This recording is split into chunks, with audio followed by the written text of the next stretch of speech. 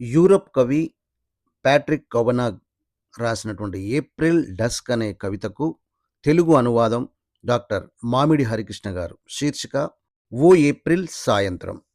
ఓ April మాసపు సంధ్యా సమయంలో మౌనవృక్షపు కొమ్మ కింద ప్రేమికుడిగా కన్నా కవిగా ఉండటం ఇప్పటి విషాదం. ఈ గవాక్షంలోంచి నేను చూశాను గబ్బిలపు రెక్కలతో టపా టపా కొట్టుకుంటున్న బ్రతుకు దయ్యాన్ని.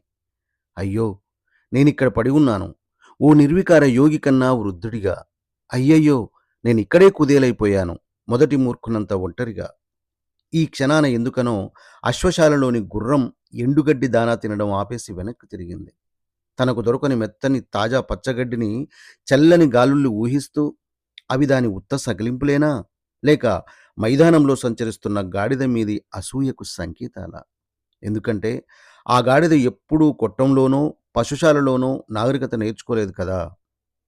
అదే సమయాన నిస్సంగీతజ్ఞుడైన ఓ హాలికుడు లోయలోకి సైతం వినిపించేంతగా బిగ్గరగా ఇలవేస్తాడు, యూరోప్ భవిత మీద కించిత్ చింతైనా లేకుండా. నేనేమో నిశ్చలుడనై కూర్చుంటాను, ఏ అలౌకిక దైవవృక్షాన్నో కూకటి వేలతో పెకిలించినప్పటి సున్నిత బాధని అనుభవిస్తూ. తెలుగు రచన డాక్టర్ మామిడి హరికృష్ణ. పఠనం రవీంద్ర సూరి నామాల. ప్లీజ్ డూ సబ్స్క్రైబ్ ఆర్ఎస్ అక్షర క్షేత్రం. మన కవిత్వం మన ఛానల్.